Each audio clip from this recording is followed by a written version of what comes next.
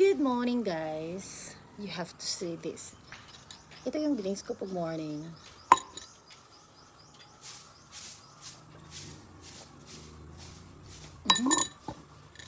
Tapos, naalala nyo nung namatay yung kapatid ko.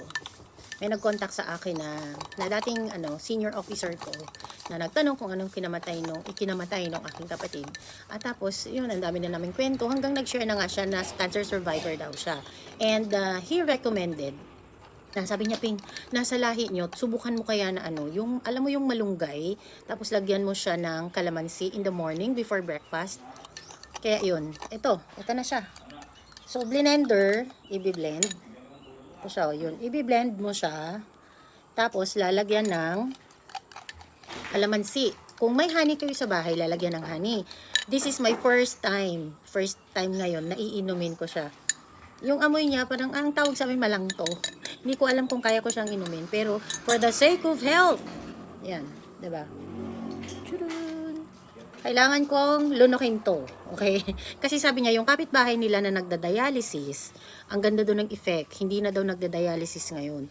Wala pa naman akong nararamdamang iba, guys. This is only a prevention kasi healthy din ito. Kasi, nung nagka-problema ako doon sa anak ko, tapos nung namatay yung kapatid ko, tapos, nagsunod-sunod pa yung activity ko sa buhay para nag-down yung immune system ko. So, medyo ngayon, inuubo-ubo ako.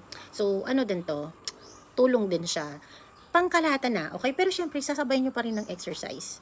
Kaya blendan ko to kagabi ha. Tapos kunyari, yung ginawa ko, 2 pitchel, nilagay ko lang siya tawag dito, yung aqua flask.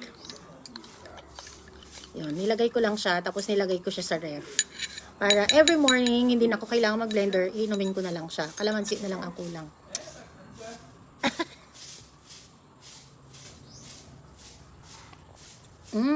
In fairness, hindi mo mararamdaman yung langto niya. Ano ba Tagalog ang langto?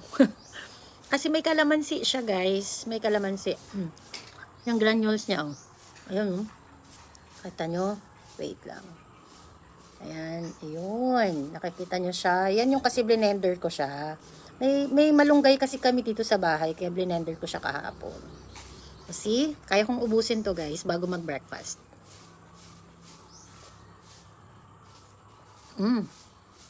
May nakuha akong buto ng kalamansi.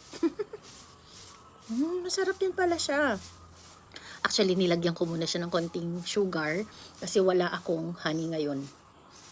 Wala akong honey.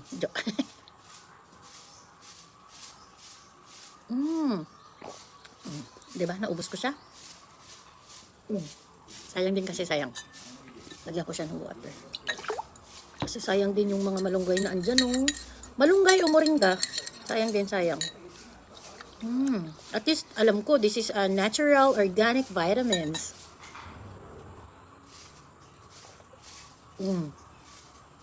Diba?